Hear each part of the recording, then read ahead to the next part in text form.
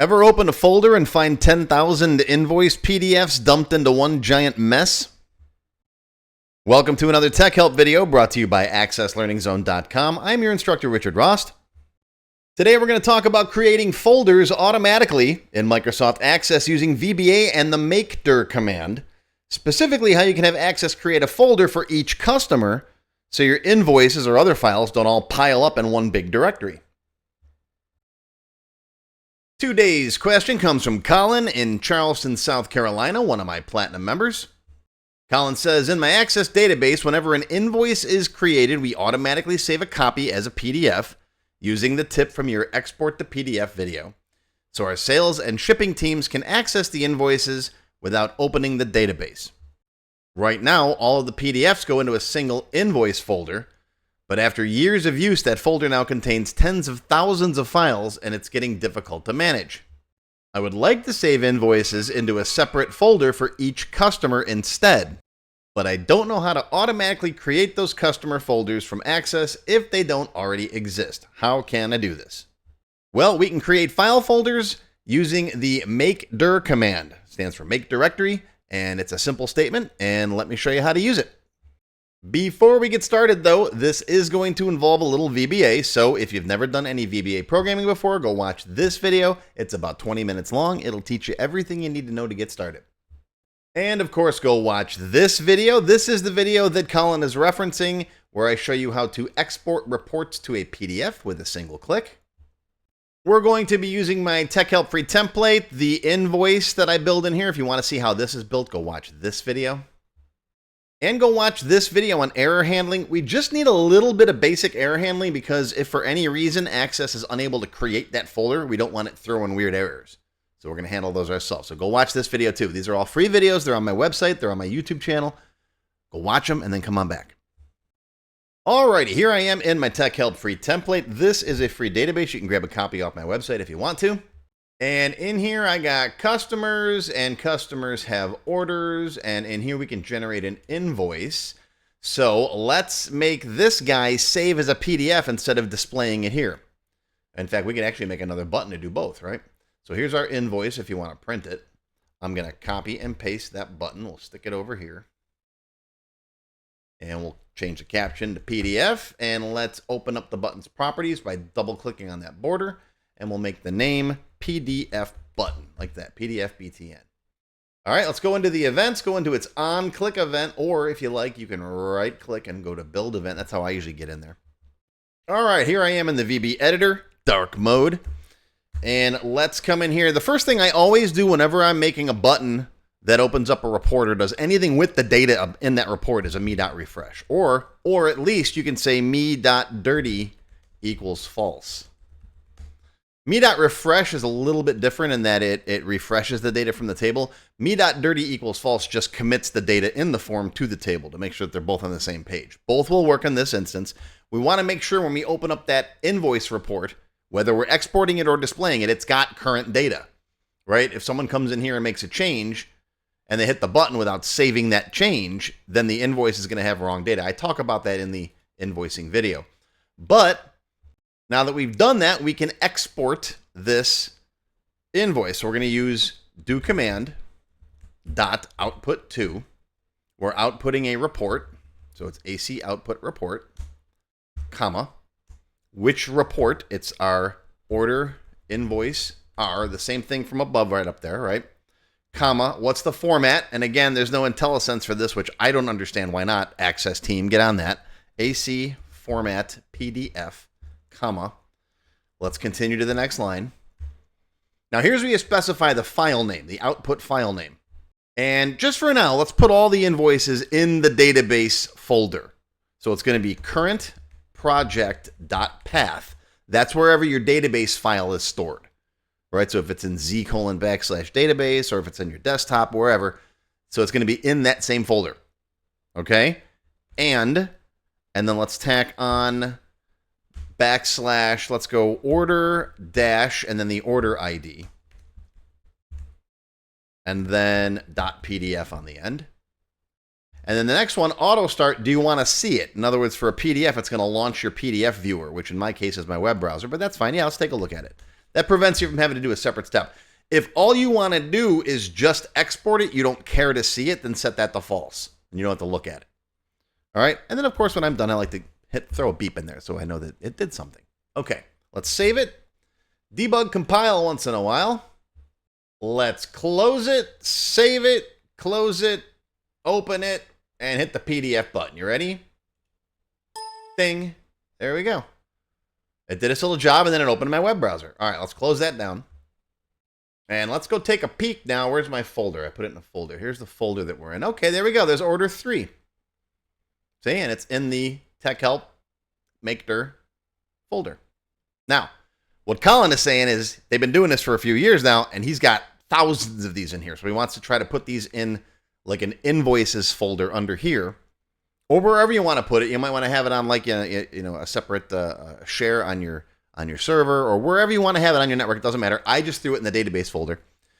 So what we can do is we can create an invoices folder in here, right? And then under this invoices folder, make a separate folder for each customer based on their customer ID. Okay. Now I'm going to have access make that invoices folder. So we're going to delete that. We're not going to assume it exists. The only folder we're going to assume exists is the parent folder, whatever folder you want to start at the top. All right. Whether it's your share folder or your database folder, whatever. All right. So I'm going to delete this guy. Let's go back to the database. Let's go back to our code. And let's come in here, and I'm going to create the folders where I want to put this stuff before I actually export it. So the first thing I'm going to do is I'm going to create that invoices folder. So MkDir is the command, and then CurrentProject.Path is our database folder, or wherever else you want to put it. Right? This could be z:\database or c:\myshare or wherever you want to put it. That's fine. And then invoices. Just like that. We're going to create that folder. Now, the first time it runs, it's going to create that folder. The second time you run this, it's going to cause an error because the folder already exists. So we're going to intercept that error. We know it's possible. We know what's going to be coming.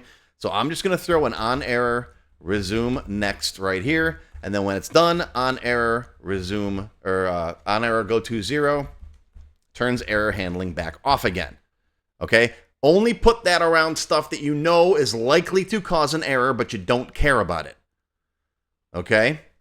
Now, is this the best solution? No. You can use the dir command that I covered yesterday to see if that folder exists first, but honestly, 99.9% of the time, the only time you're going to get an error with this is if you put in an invalid, parent folder, or this guy already exists, which is expected. Okay? If you want to put better error handling on here with an error handler down at the bottom of the sub, that's fine. Again, this is a short 10-minute video, so I'm not going to go over all of those instances. There's a lot more involved, but this is a simple solution to get you working today. Okay? Not every house we build is going to be a 13-room mansion. Okay, so after you create that, then we need to create a folder in that folder, or under that folder, with the customer ID in it. Now, we know what the customer ID is. It's right here. And this guy here is called customer combo. So I'm going to use that. All right. Next, I'm going to say MkDir. I'm going to copy this whole thing. MkDir, that invoices folder, / customer combo. And it'll make that folder too. So now we've got an invoices folder. And then under that, we've got a customer combo folder. And again, the second time it runs, it might throw an error, but that's okay. Ignore it. We know the folder probably already exists after the first time you run it. And hey, while I got your attention, go smash that like button. All right, and if you're not subscribed, subscribe. It helps me out, helps the channel, helps me make more free videos. Okay, go do it. Do it. Do it. Okay, so now that we've got these folders created, now we can output that file to that folder. Okay, so just instead of CurrentProject.Path, we're going to put that whole thing in here. And if you don't want to have the same code everywhere, you can put it in a variable if you want to. You can come up here and say dim fp for full path as string. And then in here, you can say, here's what I would do. I would say fp equals that. MkDir fp. So you've made it. Okay. And now down here, we'll just say fp and order ID PDF, right? So this whole thing is going to go right in there. Okay, I try not to have this complicated stuff in multiple places. You can even start off with FPB and that and then add to it. There's a million things you could do. This, again, we're keeping it simple. All right, let's give it a shot. Debug, compile, close it, save it, open it. I always close and reopen forms if I've worked on their VBA. That's just a thing I always do. All right, ready? Hit it. And there it is. It opened up on my browser.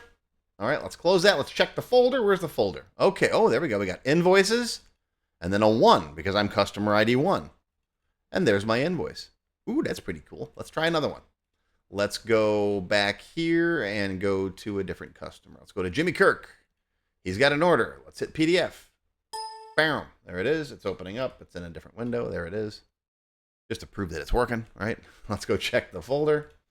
And invoices. Oh, there's a 2 folder. And there's his order 2. Pretty good. One more if you don't believe me. Let's go. Let's make another. Does Jimmy Kirk have another order in here? No, let's make Jimmy Kirk another order. So today's date, stuff. And he's got, what is he buying? He's buying Tribble Jerky. I don't want hate mail. I don't want hate mail. And let's make it an invoice. There it is. It's order 17. And let's go check the folder. And there's order 17 in folder 2 for Jimmy Kirk. And you can put the customer's name or whatever on here to make it easier to find. But I'm assuming your salespeople know they're looking for, customer ID 2. And then there's order 17. And if not, you can make these as descriptive as you want. You can do whatever you want with it. It's your code. You do whatever you want. I'm just showing you how to put the Legos together. Take the Legos now and make your own little toy. All right, now in the extended cut for the members, we're going to check to see if that folder exists properly using the dir command. And we'll trap any other unnecessary errors, because sometimes it could throw another error if your parent folder doesn't exist, for example. And then for Colin, we're going to clean up those existing files. He's got tens of thousands of files in there. Now, as long as they're all named the same thing like we did, order dash and then an order number, we can take those, look up who the customer is, put them all in proper subfolders. So we'll do that in the extended cut. And also, if you want to learn more about the MkDir command and other file folder commands and stuff like that, I cover that in Access Developer 31. I'll put a link to that down below. We go through all kinds of stuff, including navigating files and folders, the file picker, dir, get attributes, all that stuff. File copy, checking to see if a file or folder exists, you name it. It's all kinds of cool stuff. And I just released Access Developer 53, where we have a recursive make directory command. And that's so you can give it a full path like that, right? Personal, desktop, document, whatever, and it will make all of those at one shot. So you don't have to worry about making each one of those. That's an Access Developer 53. And also in the extended cut, we're going to talk about the moral implications of Tribble Jerky. I mean, it says it's made from 100% authentic Tribble meat, and that's just not right. To be honest, I asked the AI to make me a picture of Captain Kirk eating Tribble Jerky, and I'm amazed at the quality that it comes up with nowadays. So, again, no hate mail, but you can post your funny comments down below. So today we learned how to use the MkDir command in Microsoft Access to automatically create folders so your files stay organized instead of piling up in one giant directory. Post a comment down below and let me know how you liked today's video and how you plan to use this in your database. That's going to be your tech help video for today, brought to you by AccessLearningZone.com. I hope you learned something. Live long and prosper, my friends. I'll see you next time, and members, I'll see you in the extended cut. If you enjoyed this video, hit that thumbs up button right now and give me a like. Also, be sure to subscribe to my channel, which is completely free. And make sure you click that bell icon and select all to receive notifications whenever I post a new video. Do you need help with your Microsoft Access project? Whether you need a tutor, a consultant, or a developer to build something for you, check out my Access Developer Network. It's a directory I put together personally of Access experts who can help with your project. Visit my website to learn more. Any links or other resources that I mentioned in the video can be found in the description text below the video. Just click on that show more link right there. YouTube's pretty good about hiding that, but it's there. Just look for it. Now, if you have not yet tried my free Access Level 1 course, check it out now. It covers all the basics of Microsoft Access, including building forms, queries, reports, tables, all that stuff. It's over 4 hours long. You can find it on my website or my YouTube channel. I'll include a link below you can click on. And did I mention it's completely free? And if you like level 1, level 2 is just $1. That's it. And it's free for members of my YouTube channel at any level. Speaking of memberships, if you're interested in joining my channel, you get all kinds of awesome perks. Silver members get access to all of my extended cut tech help videos, and there's hundreds of them by now. They also get one free beginner class each month, and yes, those are from my full courses. Gold members get the previous perks plus access to download all of the sample databases that I build in my tech help videos. Plus, you get access to my code vault where I keep tons of different functions and all kinds of source code that I use. And gold members get one free expert class every month after completing the beginner series. Platinum members get all of the previous perks, plus they get all of my beginner courses, all of them from every subject. And you get one free advanced or developer class every month after finishing the expert series. And you can become a diamond sponsor and have your name listed on the sponsor page on my website. So that's it. Once again, my name is Richard Rost. Thank you for watching this video brought to you by AccessLearningZone.com. I hope you enjoyed. I hope you learned something today.